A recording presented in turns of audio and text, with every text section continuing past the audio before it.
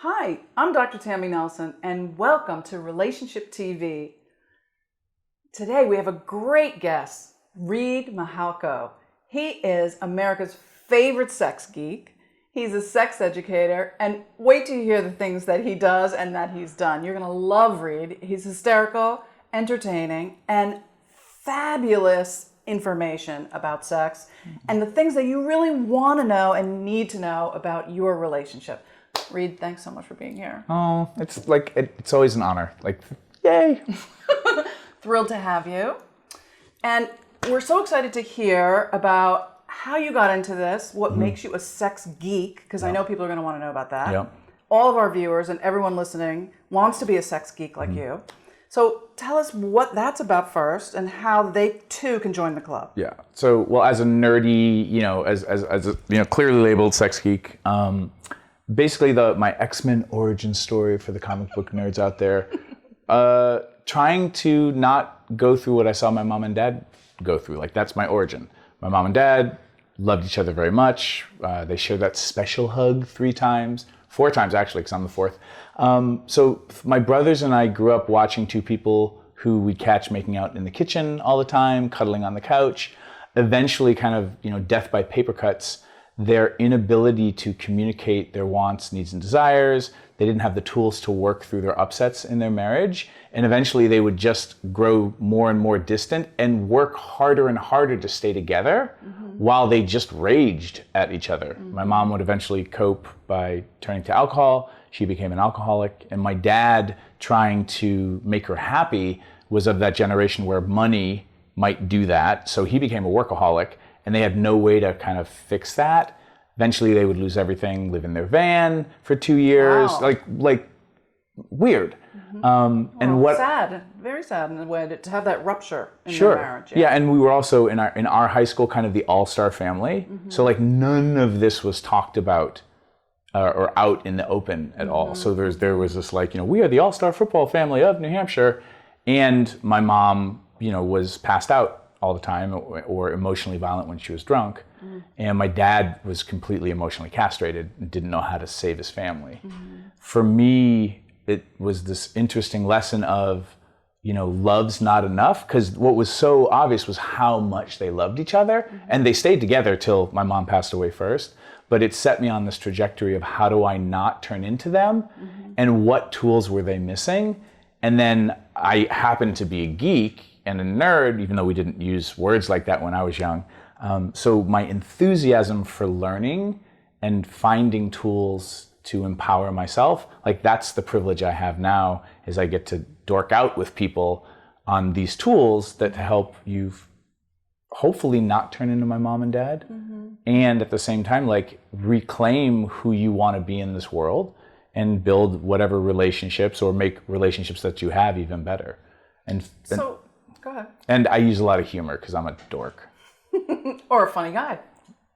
A dork. Come on, let's be honest. A funny dork. Well, better than an unfunny dork. That's true. That's very true. So tell me how sex plays a part in that. How do you work with this idea of sex in a relationship and how that can empower you to have a more healthy relationship instead of having that kind of dysfunctional connection? Sure. So for me, the way I would look at it is, not everybody wants to be having sex or sex all the time. So just understanding that everyone's going to have their own set point and their own, curiosity and desires, and understanding that most people, because we've grown up in such a sex negative world, we're not supposed to be talking about sex. And because so many people have been burned so many times around trying to explore sex and just getting, beat down, unfortunately some people literally, and also the idea that sex, the stakes are so high. And if you're in a situation where I can't get it right, most human beings shut down.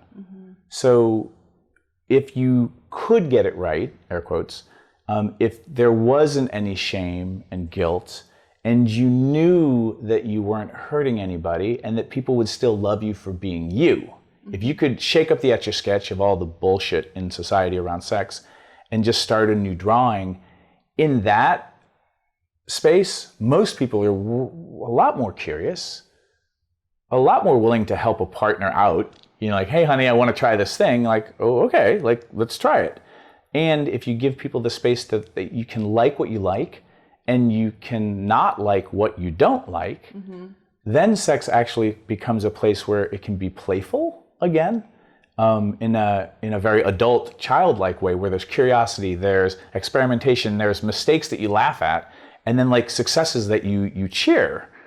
Most people have never had that space around their erotic and sensual exploration, and also understanding that we have a very skewed sense of what sex is. Like, it's very porn role modeled in a certain way, because especially for visual learners like me, you go to the internet now to see examples of what you're supposed to be doing. Right, so most people are learning about sex from porn now. And so you're saying if you can learn and accept what you really are into and communicate that to your partner, sex can be more playful, more joyful, more connecting. Like, we're not even supposed to be talking about our feelings. Like, especially my mom's generation, my dad's generation, like, that was the beginning of you could go see a sex therapist or a sex counselor. At least we have that now, but it's still all the social stigma of you're not supposed to really ask for what you want. And, you know, what if I get rejected for that thing that I'm just curious about? I don't even know if I like it. I'm just kind of interested. Right. So my mom and dad's failure was they couldn't talk about what they couldn't talk about. Like, there was an elephant in the room growing up, and no one would just point at it and be like, can we talk about the elephant? Most people have an elephant in their room around sex too. So the big overarching advice is to practice and to grab the tools that you need to be able to say what it is you're not saying. Yeah. And that it's really the walking on eggshells is what ends up crushing your relationship. So it makes so much sense, given your history and your background, that you would make your sort of life mission to be able to talk about sex. Oh, sure. And make it fun and easy. And then also for me, you know, when I lost my virginity in college, and we looked for 2 weeks and we never found it, but we haven't called off the search. When I became sexually active, I had all of those insecurities from growing up in an alcoholic family. And all of a sudden it was like, oh my God, there are body parts I don't even have. And luckily I had the beginnings of like research, figure things out, just talk to people about what works for them. I also had the blessing of several girlfriends early on who were very articulate and like, no, like, could you touch me this way? And they set the stage for my development. So me just figuring out who I am sexually, giving myself permission to have the sex life I wanted, not the one that was prescribed or prescribed by culture. Those same tools of trying to figure things out applied for sex. So now for me, because I really want people to have the sex life they want, like, my perspective is like, no relationship style or sex act is more evolved than the other. It's kind of like music. Like, we're all taught that classical music was the best. That's a great way to describe it. But if you give yourself permission to be like, oh my goodness, like, I think I'm a jazz musician, or I think I'm country, or I think I'm that. All right, I like punk too. Yeah, and then you you don't shame yourself for not liking classical, and you give yourself permission to explore how the music of relationship comes through you, how the expression of sex comes through you. And then all of a sudden, those tools for giving yourself that permission, not shaming yourself or others, are the same tools. And then it's just, here's how a body works. Like, don't do this to a vulva right off the bat, usually, because it mostly works this way. I'm still kind of embarrassed. I like country music. Is that bad? Do you see me judging you?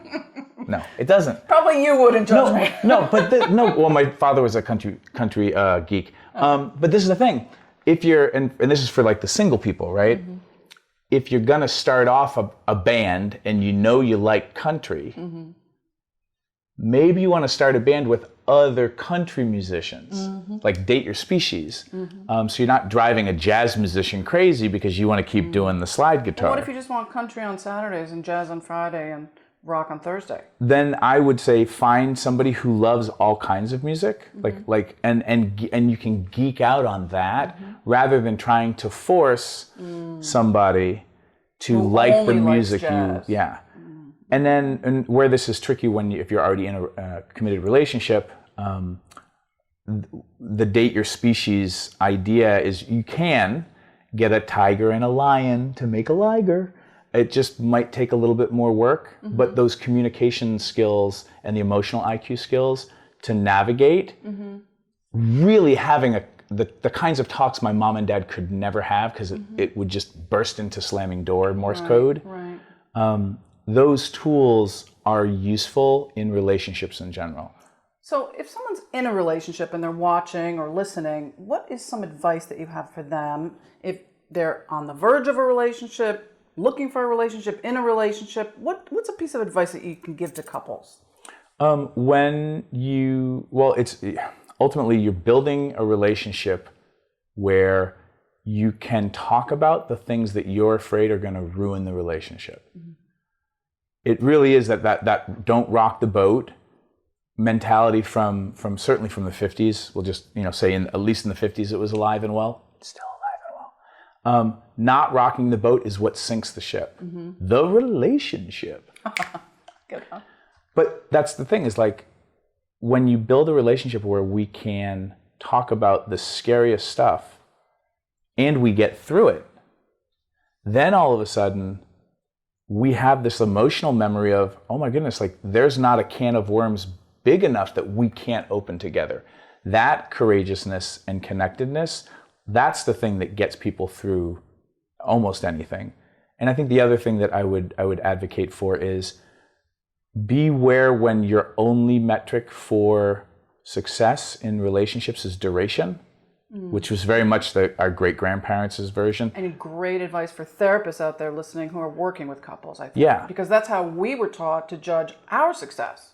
And so, our treatment outcomes. And so duration's not the metric anymore. I think it should be replaced with depth, which is transparency and honesty. Like transparency and honesty are the new fidelity. So cheating is now when you're just like lying. I agree. Like because we can negotiate whether sexual fidelity is a part of our relationship or not. But when you swap out duration for depth, then if you realize after 2 weeks or 20 years, we might want to transition a relationship. Transitioning a relationship sooner when it's appropriate is success versus we squeezed another 10 years out of it, but it was miserable. Right, and traumatic. Yeah. So I think that's another thing that I'm glad you're talking about and a couple of other educators are talking about and therapists are talking about that I hope more of us start to talk about is swapping out these metrics for success. Yeah, I'm so appreciative that you said that. I think that's a brilliant way to say it. And I think it's so important that not only clinicians and professionals are hearing you say that, but also anyone in a relationship can get permission when they hear you say that. Because I think that's really, really brilliant. That, and then from the sex perspective, it's you're allowed to like what you like and not like what you don't like. Like so I teach all kinds of crazy workshops. Like there's blowjob grad school and what octopus of jealousy, like all these things. But like with blowjob grad school, one of the things that I teach is deep throating. I hope we can talk about explicit things on your show. Anything you want. Because I'm like, okay, here we go, deep throating today with Dr. Tammy Nelson. But the thing is, like, there's a way, as a geek, like, there's a way to manually shut off your gag reflex. And then you just put the thing in your throat, whatever that is, dildo, cock, whatnot, cucumber. Don't advocate for rubber chickens. They scratch. That being said, the secret to deep throating is that it's a party trick. If you like doing it, then by all means do it. Especially if your partner likes doing it, then it's consensual and have fun. But some people, like the overachievingness of especially American culture has seeped into the bedroom. So like if you're not able to deep throat or squirt across the room and knock over a lamp, like somehow you're not evolved. And it's not about evolution. What's evolved is that you get to do the things that you like and you give yourself permission to say no to the things you don't like. So deep throating is this great example because everyone thinks they're supposed to have to do it. I can show you how to do it, and most people can do it. But the question is, do you like doing it? And we don't give people that choice. Right. So then once you give yourself permission, you might even want to learn things that you're not really into just to say that you did it.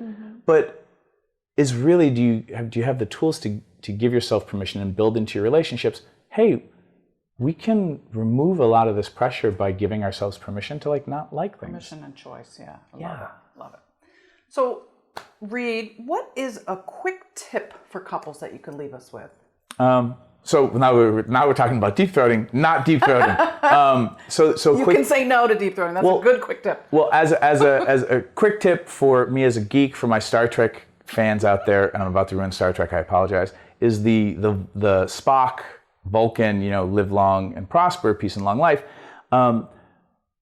I like to do the inverted Vulcan, which is, if you imagine your knee is a vulva, you're going to put your palm on the pubic bone and drape your fingers over the labia and do this kind of massage and give people pressure to be able to hump against your palm, because then you're not putting too much stimulation on the clit until it wants more stimulation, but you're also avoiding the most common mistake that non-vulva owners do, is because of porn, is we go for the hole too soon. So you can have fun with all this erotic erectile tissue and pleasure nerves underneath the skin of the vulva and not activate any alarms of hole too soon by just, adapting a simple Vulcan principle. And now it becomes orgasm long and prosper. And I apologize for my Star Trek fans. Well, that's a great quick tip for us today. Orgasm Long and Prosper by Reid Mihalko. Thank you so much for being here today. Thank you, Tim. I don't know if I can do it. I'm going to try. There you go. On Relationship TV, this is Dr. Tammy Nelson and Reid Mihalko. Thank you for joining us today for Relationship TV, where we put your relationship first to make love last.